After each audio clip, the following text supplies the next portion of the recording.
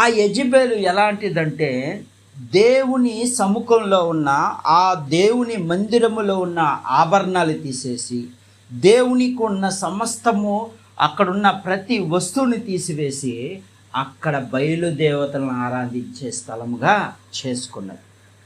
ఈ రాత్రికాల సమయంలో పరిశుద్ధాత్మ దేవుడు నీతోనే మాట్లాడుతున్నాడు. ప్రియ దేవుని బిడ్డ, నువ్వు విశ్వాసిగా ఉంటున్నావు, దేవుని యందు భయభక్తులుగా ఉంటున్న నీవు వేరొకరిని వివాహం చేసుకొని నీ యొక్క పరివర్తన మార్చేసుకునే స్థితి. ఇప్పుడు ఈ యొక్క ఆహాబు యెజెబెలు రాకమునుపు దేవుని ఆరాధించేవాడుగా ఉన్నాడు. ఎప్పుడైతే ఈ యెజెబెలు తనలోకి ప్రవేశించిందో ఈ బయలుదేవతలు తీసుకువచ్చేసి, అక్కడ బైబిల్లో లేఖనం ప్రకారం అయితే భార్య మాటకు చెవి యోగిన వాడిగా కనపడుతున్నాడు. దేవుని యొక్క వ్యతిరేకమైన పనులు చేస్తున్న భార్యని గద్దించాల్సింది పోయి ఆమెకు వత్తాస పలికేవాడుగా ఉన్నాడు. అందుకని ఇప్పుడు దావీదు వంశములో ఎంతటి ఇశ్రాయేలు దేశమును పాలించి దేవాతి దేవుడైన దావీదు యొక్క వంశంలో పుట్టిన ఈ ఆహాబు ఎలా జీవిస్తున్నాడంటే యథార్థత లేనివాడిగా కనిపించాడు. ఈ యథార్థత కోల్పోవటానికి ఎవరు కారణం అంటే అవిశ్వాసిని వివాహము చేసుకోవడం ద్వారా. నీలో విశ్వాసం బలపడాలంటే దేవుని యందు నమ్మకము కలిగి దేవుని యందు విశ్వాసం కలిగిన భార్య నీకు దొరకటం అరుదు. దేవుని వాక్యాల్లో సెలవిస్తుంది. అలాంటి భార్యను నువ్వు ఈ రోజున దేవునికి వ్యతిరేకంగా జీవించేలా చేస్తున్నావేమో. ఈ రాత్రి దేవుడు నీతోనే మాట్లాడుతున్న ప్రియ దేవుని బిడ్డ, వాక్యం వింటున్న నీవు నీ హృదయాలు సరిచేసుకోవాల్సిన సమయం ఇదే. వివాహాలు చూస్తున్న వారందరూ, ఇక్కడున్న దేవుని పిల్లలైన వారందరూ ఒక్కసారి నీ కుమార్తెకు నీ కుమారుడికి ఎలాంటి వివాహాలు జరిగించాలో ఈ ఆహాబును చూసే నేర్చుకోవాలి. ఈ ఆహాబు వద్దు అన్న ఒక స్త్రీని వివాహం చేసుకొని వచ్చి తన రాజ్యములో కూర్చోపెట్టి రాణిగా చేశాడు. అందుకని ఏమైపోయింది అంటే దేవుని యొక్క స్థలములోకే, యెరూషలేము మందిరములోనికే విగ్రహారాధన ప్రారంభించింది. మారు మాట్లాడటానికి వీలు లేకుండా, ఒక్క మాట మాట్లాడినా సరే తల దించుకునే ఉన్నాడు ఆహాబు. అలాంటి దిగజారిమైన పరిస్థితి తెచ్చుకున్నాడు. కారణం ఏంటంటే తనను దేవుడు చెప్పిన ప్రకారం జీవించలేదు, యథార్థత లేనివాడిగా కనపడుతున్నాడు. ఈరోజున పరిశుద్ధాత్మ దేవుడు నీతోనే మాట్లాడుతున్నాడు. ఇతడు ఇశ్రాయేలు రాజ్య మార్గమునందు నడిచి బయలుదేవత రూపములో పోత విగ్రహములు చేయించెను. పైగా ఏం చేశాడు? బయలుదేవతల విగ్రహాలు, పోత విగ్రహాలు చేయించాడంట. మరి అతడు బెనేహములో యందు ధూపం వేసి ఇశ్రాయేలు ఎదుట నుండి యెహోవాని తోలివేసిన జనముల హేయక్రియల చొప్పున తన కుమారులను అగ్నిలో దహించెను. తన పిల్లల్ని కూడా ఆ అగ్నిలో, అంటే దేవునికి వ్యతిరేకమైన క్రియలు చేశాడు. అందుకనే దేవుని వాక్యము సెలవిస్తుంది ప్రియ దేవుని బిడ్డ, అతడు ఉన్నత స్థలములో కొండల మీద ప్రతి పచ్చని చెట్ల కిందను బలులు అర్పించు ధూపం వేయచు వచ్చాను. ఇక ఎంత ఘోరాతి ఘోరంగా అయిపోయిందంటే ఇశ్రాయేలు దేశమంతా పాడైపోయిన స్థలంగా చేసేసాడు. దావీదు ఎంతటి దేవుని యందు భయభక్తులు కలిగిన వాడు, కానీ ఆహాబు మాత్రం దేవుడంటే భయం లేనివాడుగా కనపడుతున్నాడు. ఈ రోజున దేవుడంటే భయం లేక నీ ఇష్టానుసారంగా జీవిస్తే దేవుడు చూస్తూ ఊరుకుంటాడు అనుకుంటున్నావా? ఈ రాత్రి కాల సమయంలో పరిశుద్ధాత్మ దేవుడు నీతోనే మాట్లాడుతున్నాడు. నువ్వు ఇష్టానుసారంగా జీవిస్తూ ఉంటే నిన్ను దేవుడు ఏమి చేయడని నువ్వు అనుకుంటున్నావా? ఒక రోజు అన్నది ఉంది. ఈ రాత్రి కాల సమయంలో పరిశుద్ధాత్మ దేవుడు ఏమని, అందుచేత అతడు దేవుడైన యెహోవా అతని సిరియా రాజు చేతికి అప్పగించాడు. బానిసని చేసేసాడు. సిరియాలకు బానిస చేసేసాడు ఆహాబుని. సిరియా రాజుకి అప్పగించేశాడు దేవుడు.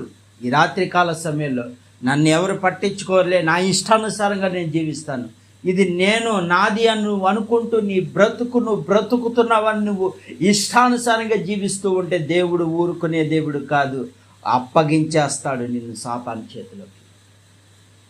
ఆయన కంచె తీశాడంటే నువ్వు సాతాను నీ మీదకి చొరబడతాడు. ఈరోజు ఇన్ని కష్టాలు వస్తున్నా, ఇన్ని బాధలు వస్తున్నా, ఇన్ని వేదనలు వస్తున్నాయి, గల కారణం ఏంటంటే నువ్వు దేవునికి అవిధేయత చూపావు. దేవుని వాక్యానికి వ్యతిరేకంగా వెళ్ళి నువ్వు సాతాను చేతుల్లో పడుతున్నావు. ఈ రాత్రికాల సమయంలో దేవుడు నీతోనే మాట్లాడుతున్నాడు.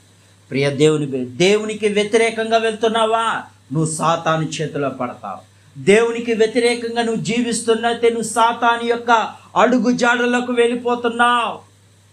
వాడు చూపే ఆశలకు లోబడి లోబడి లోబడి ఏమైపోతావంటే నరకం అనే అగ్నిగుండంలో తీసుకెళ్ళిపోతాడు. ఈ రాత్రికాల సమయంలో పరిశుద్ధాత్మ దేవుడు నీతోనే మాట్లాడుతున్నాడు. బహుగా ఇక్కడ ఏ పని చేశాడంటే ఆహాబు తన కుమారులను ఆ బలిగా అర్పించేశాడు, దహించాడంట, అగ్నిలో దహించాడంట, అగ్నిలో కాల్చాడంట. ఈ రోజున పరిస్థితులు దిగజారిపోతున్నాయి.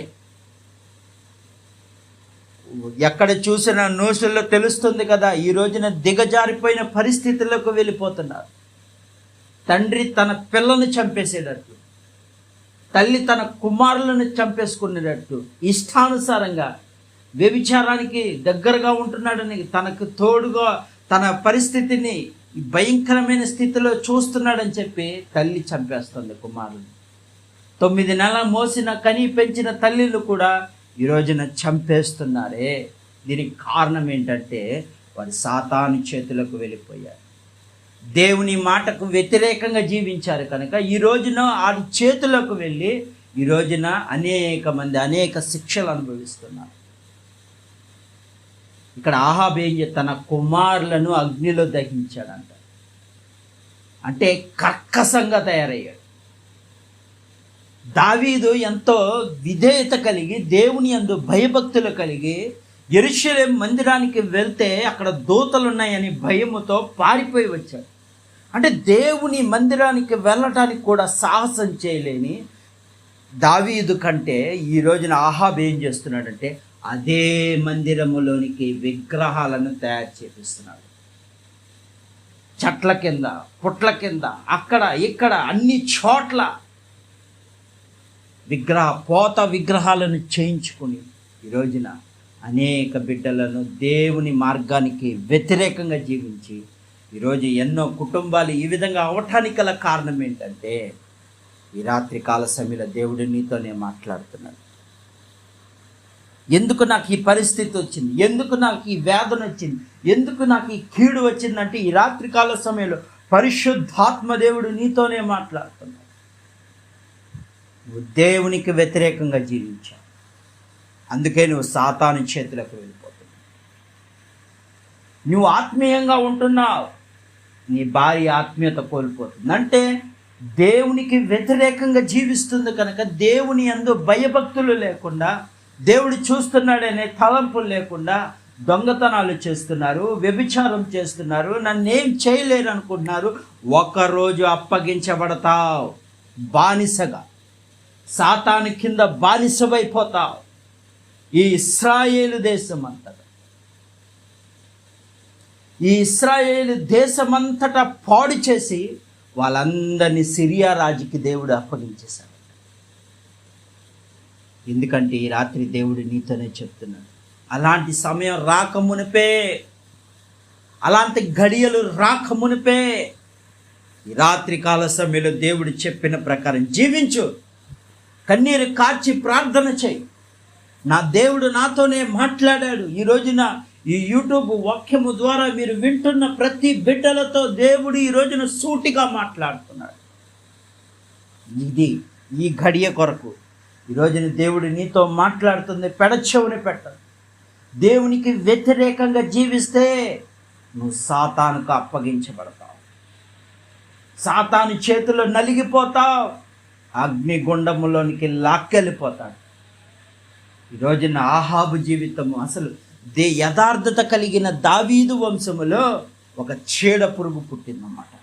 ఒక మాటలో చెప్పాలి, తాను చెడటమే కాక తన దేశాన్ని కూడా చెడగొట్టేస్తున్నాడు. తాను చెడిపోవటమే కాక తన దేశాన్ని పాడు చేసేస్తున్నాడు. ఈరోజు దేవుని వాక్యం సెలవిస్తుంది, శరీర అవయవాలను దేవుడిస్తూ ఉంటే ఈ శరీరం అనే దేవాలయాన్ని పాడు చేసుకుంటున్నావు. నువ్వు చెడిపోవటమే కాక ఆ మందు సిగరెట్లు నువ్వు తాగటమే కాక ఎదుటోని చెరుపుతూ ఉన్నావు. దేవుడి జాగ్రత్త, ఒకరోజు నువ్వు అప్పగించిపోతున్నావు.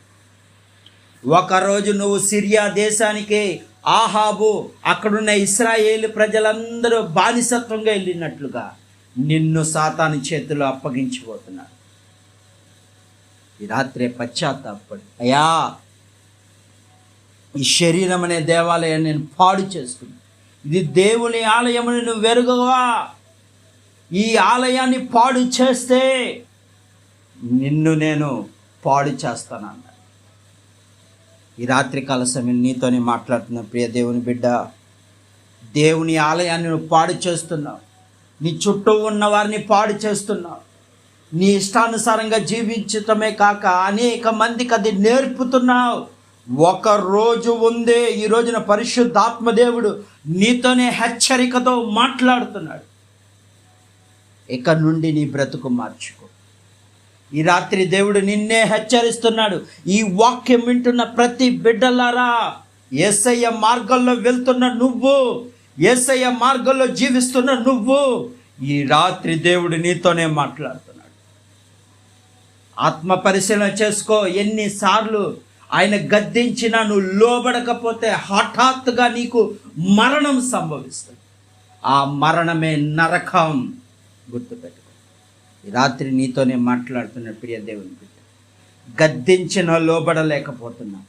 ఇక్కడ దేవుడు ఆహాబును అనేక సార్లు ఏలియా ద్వారా గద్దించాడు. నువ్వు చేస్తున్న పని కరెక్ట్ కాదని అనేక సార్లు గద్దించిన లోబడలేదు కనుక ఆహాబు ఎలాంటి చావు చనిపోయాడంటే కుక్క చావు చనిపోయాడు. ఏ యజబేలు ఏ విగ్రహములు చేసిన తన శరీర మాంసము కుక్కలు తినేసినాయి అంట. అలాంటి చావు నీకు వస్తుంది. ఈ రాత్రి నువ్వు భయముతో భక్తితో జీవించు. దేవునికి వ్యతిరేకంగా జీవించొద్దు. నేను పడుకున్నాను, నన్ను ఎవరు చూడట్లేదు నువ్వు అనుకుంటున్నావు, ఆయన చూస్తున్నాడు. నీ తల్లి నిన్ను చూడకపోవచ్చు, నీ తండ్రి నిన్ను చూడకపోవచ్చు. నువ్వు చదువుకుంటున్నావు అని చెప్పి అబద్ధపు మాటలు పెట్టి నీ ఫోన్లో నీ ఇష్టానుసారంగా చూస్తూ నువ్వు దేవునికి వ్యతిరేకంగా నీ కళ్ళు పాడు చేసుకుంటూ నీ హృదయాన్ని పాడు చేసుకుంటూ ఉంటే ఎవ్వరు చూడట్లేదు అనుకున్నావు, ఆయన చూస్తున్నాడు. ఒకరోజు అప్పగించబోతున్నాడు. జాగ్రత్త. ఈ రాత్రి నీతోనే దేవుడు మాట్లాడుతున్నాడు. నీ బ్రతుకు మార్చుకునే మాటలు ఈ రాత్రి నీతోనే మాట్లాడుతున్నాడు. ప్రియ దేవుని బిడ్డ, ఒక్కసారి ఆలోచించు. దేవుడు నిన్ను హెచ్చరిస్తుండగా గద్దింపుకు లోబడు. గద్దించేవాడే నిజమైన స్నేహితుడు, గద్దించేవాడే నిజమైన తండ్రి. ఈ రాత్రి నీతోనే మాట్లాడుతున్నాడు. ఆహాబు వలె కాక దావీదు వలె యథార్థత కలిగి జీవించేలా దేవుడు నీతో మాట్లాడుతున్నాడు. ఒక్కసారి ఆయన వైపు చూడు. ఆయన నిన్ను పిలుస్తున్నాడు. రా, నిన్ను మార్చడానికి నేను సిద్ధంగా ఉన్నాను అంటున్నాడు. మరి మారటానికి నువ్వు సిద్ధంగా ఉన్నావా? ఈ రాత్రి నువ్వు సిద్ధంగా ఉన్నట్లయితే మోకరించి కన్నీరు కార్చి ఆయన అడుగు. ఖచ్చితంగా నీ జీవితంలో మార్పు జరుగుతుంది. ఈ కొద్ది మాటలు దేవుడు దీవించును గాక.